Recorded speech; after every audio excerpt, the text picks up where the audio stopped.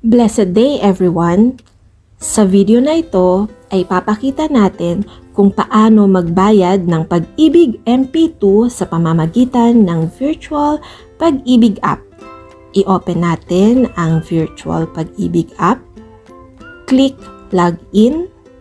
Enter our email address and password. Ipapakita nito ang ating account details. Click ang main tab sa ibaba. Makikita natin ang View Product Service sa screen. Click Online Payments. Click Continue to proceed. At dadalhin niya tayo sa page na ito. Click I have read about the data privacy. Click Proceed. Pay online. Click MP2 Savings.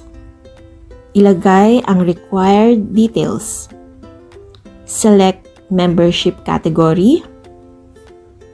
Sa video na ito, isa-select natin ang overseas as OFW. Select payment method. Sa video na ito ay gagamitin natin ang GCash.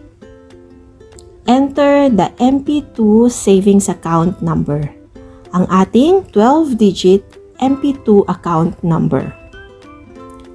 Click Verify at ipapakita nito ang name mo. Ilagay ang amount na gusto natin ihulog.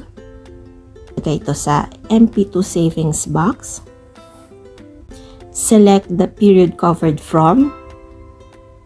Sa pagbabayad ng MP2 contribution via Virtual Pag-ibig app sa pamamagitan ng GCash, meron tayong 5 pesos na convenience fee na babayaran. Click Next. Ilagay ang required details sa billing address and contact information. Enter the email address. Enter the code here. Click I agree with the terms and conditions.